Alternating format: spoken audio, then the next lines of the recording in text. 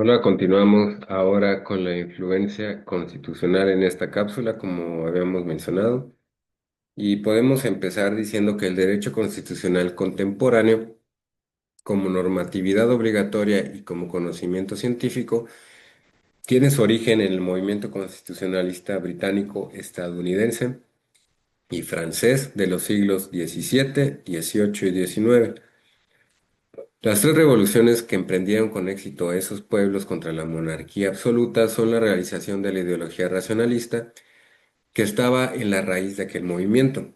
Esa corriente política y la paralela formación y desarrollo del capitalismo generado por la revolución industrial, nacida en la Inglaterra de finales del siglo XVIII, destruyeron el antiguo régimen monárquico y feudal.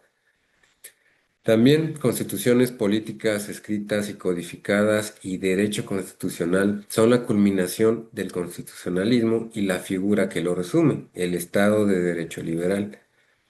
Es obvio que esta construcción está montada sobre el formidable aparato del Estado soberano, hijo del largo proceso de centralización del poder político adoptado por las monarquías y estuvo precedido por elaboraciones teóricas de tanta trascendencia como la corriente naturalista en lucha contra el absolutismo. También vamos a continuar diciendo que en Iberoamérica la aclimatación de esta ideología y las correspondientes instituciones han dado lugar a malformaciones mestizas dentro de un conflictivo proceso que bascula entre los excesos de autoritarismo y la debilidad anarquizante del Estado. Y estos alternan la dictadura y el populismo tras cada golpe de fuerza. En sociedades heterogéneas y desiguales, estratificadas, confesionales e intolerantes, sin desarrollo económico autosostenido, no se ha logrado esa asimilación y sus pueblos padecen crónica inestabilidad institucional.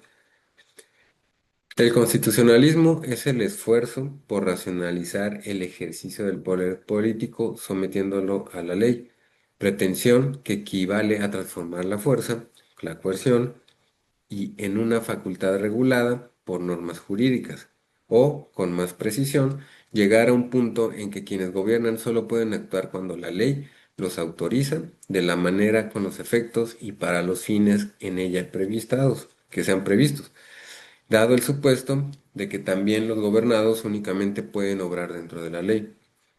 Se procura con ello eliminar tanto el capricho y discrecionalidad de los gobernados como la situación privilegiada de los poderosos al implantar la igualdad de todos ante la ley. Podría decirse, en consecuencia, que el constitucionalismo tiene como propósito cardinal la legalidad del poder público, de manera que la ley informa todo su obrar. Por eso son fundadas y las expresiones corrientes que designan el resultado del constitucionalismo como un gobierno de leyes, no de hombres. El imperio o soberanía de la ley, rule of law, para los ingleses, Estado de Derecho, en fin, un estado de cosas en el cual los verdaderos reyes son las leyes. Constitucionalizar el poder político es, en síntesis, darle estructura y forma jurídica, regularizando sus manifestaciones tácticas y arreglar su funcionamiento a leyes previas y expresas, de modo que se garantice la seguridad jurídica de los gobernados.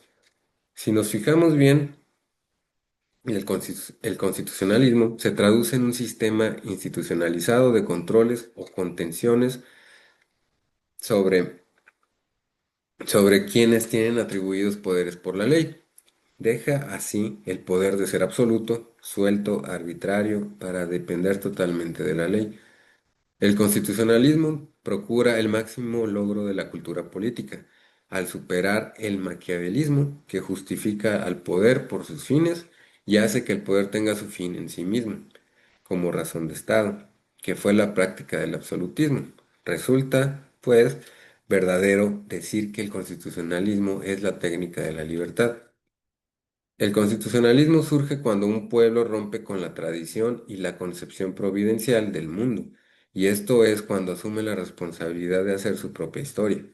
cuando deja de ser pasivo y se convierte en protagonista, en autor de su vida colectiva. Este momento llega cuando el hombre rechaza lo que existe como el orden natural de las cosas, un sistema irrompible de relaciones necesarias que son el designio de un poder sobrenatural, divino, providencial, que tiene trazado un plan inmanente del desarrollo histórico y afirma su albedrío para decidir su suerte. Y también cuando reniega de los prejuicios, de las costumbres fundadas en la fuerza del tiempo y el respeto a los antepasados, y de los derechos heredados o adquiridos por prescripción. El repudio de la verdad revelada y de las formas de vida recibidas por tradición tiene lugar cuando se descubre y exalta en el hombre al individuo, su personalidad distinta y única, la conciencia de su singularidad y la creencia en su capacidad para conocer la esencia de las cosas. En Europa se produce este momento a partir del Renacimiento humanista y la flotación y la floración del racionalismo que definen al hombre por su específica naturaleza de ser pensante.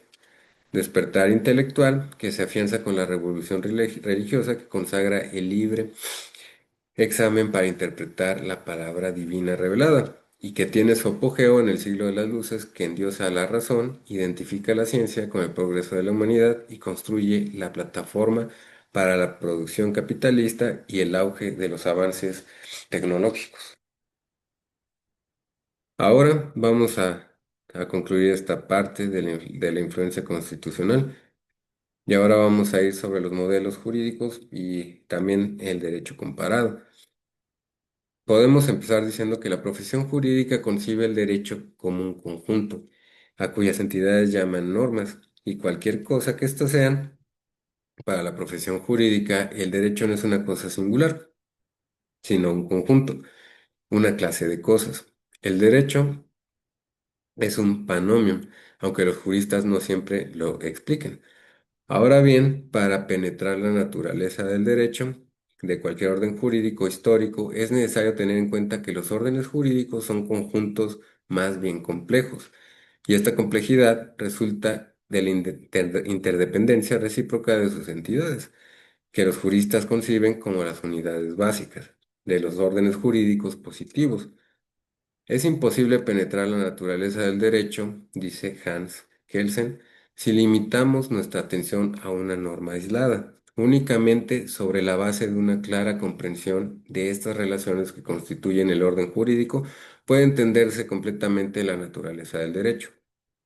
El profesor Hart sostiene que una descripción completa de una norma particular supone una descripción de todas las condiciones comunes a ella y a las otras normas. Por lo tanto, supone una descripción de funcionamiento de la totalidad del sistema. Antes de Kelsen y de Hart, Jeremy Bentham, para quien el derecho es un panomium, observaba que un cuerpo de normas es una vasta y complicada pieza de mecanismo de la cual ninguna de las partes puede ser completamente explicada sin el resto. Y para entender las funciones de un péndulo se debe deshacer todo el reloj.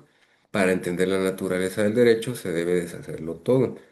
El derecho no es un mero abarrotamiento de cosas, sino más bien una intrincada urdimbre de normas, y el derecho es un conjunto de normas y este es un dato básico para la profesión jurídica, un presupuesto de oficio.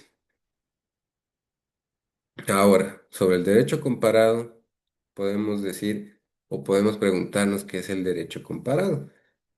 El derecho comparado ha tenido respuestas muy sorprendentes y una respuesta de carácter extremo, pero no insólita, es si no existen. Y en el otro hemisferio de respuestas se viven enconados combates sin enemigos dentro de la rapsodia de posturas y se viven enconados y se viven con opiniones que están presentes en esas contiendas. Dos puntos son unánimemente admitidos, que es la expresión derecho comparado, que es vaga, ambigua y equívoca y por lo tanto fuente inagotable de perplejidades. No obstante, el tenor de la expresión se admite que no existe ninguna rama del derecho positivo nacional o internacional, en el sentido en que los juristas hablan de derecho civil, derecho administrativo, derecho penal, y que se denomine derecho comparado, tal cual no existe una definición así. La equivocidad de la expresión fue rápidamente advertida, y probablemente por esa razón los juristas de habla alemana la evitaron, y ellos usaron el término Die Rechtsvergleichung. Con esa expresión, no solo se evitan algunas de las perplejidades, sino además directamente se alude a la confrontación de órdenes o instituciones jurídicas, y por esta razón, y otras aún no explicadas, es de preferencia no explicar, y la expresión comparación jurídica lo dicen los alemanes. Prefieren hacerlo que al derecho comparado. Y una respuesta frecuentemente dada a la pregunta que es el derecho comparado es que este no es sino un método de estudio de investigación, y es una respuesta persistente, casi típica de todas las personas. Sin embargo, la perplejidad aparece cuando uno inquiere por las características que este método nos da, y la pregunta queda prácticamente sin respuesta. No se encuentran rasgos distintivos. Por ejemplo, se declara que el método llamado derecho comparado puede ser usado para una variedad de propósitos prácticos y académicos. Y esa respuesta, por extraño que parezca, no es de ningún desconocido, sino del profesor Schlesinger, autor de un celebrado libro de derecho comparado. René David no es más explícito. Señala en su no menos famoso Trade Elementary Detroit Civil Compare, que el derecho comparado es precisamente el método comparativo aplicado en el campo de las ciencias jurídicas. Pareciera que para los comparatistas y el derecho comparado fuera algo obvio, y por ello dan respuestas aparentemente triviales. Comparar derechos, cotejar, confrontar, parangonar. ¿Qué tiene eso de difícil? Dicen. Ciertamente no es nada difícil, pero eso no explica la comparación jurídica. Si en eso consistiera la comparación jurídica, no tendría sentido ocuparse de ello. Con esto quedaron los comparatistas dándole vuelta a sus métodos, y afortunadamente los juristas dogmáticos continuaron haciendo comparaciones de normas e instituciones de diferentes sistemas. En este orden de ideas, la historia de la ciencia jurídica muestra una extraña paradoja. La comparación de normas e instituciones jurídicas ha existido desde la aparición de la jurisprudencia. Ahora bien, la comparación jurídica ha sido realizada y sigue siendo realizada por los juristas, y todo el mundo lo seguimos haciendo. Sin embargo, a ninguno, y por eso es esta comparación del derecho comparado de los sistemas jurídicos, por lo que hemos estado hablando. Entonces, podemos continuar diciendo que la comparación jurídica ha sido realizada y sigue siendo realizada por todas las personas y por todos los abogados, y únicamente que podemos sumar los resultados de una confrontación, de los cuales se dan cuenta el derecho de Occidente, que se le decidió llamarse comparatista, pero sigue siendo un derecho comparado. Ahora, ahora podemos seguir diciendo que el derecho comparado es muy importante porque podemos aplicar estos modelos o sistemas jurídicos o mejor dicho, observar los otros sistemas jurídicos para poder aplicarlos a los nuestros, o ver qué estamos haciendo mal o qué podríamos mejorar. Y aunque se le llame de muchas formas, o unos lo digan de hecho comparado, otros no lo consideren, que el nombre está mal, pero la finalidad es la misma.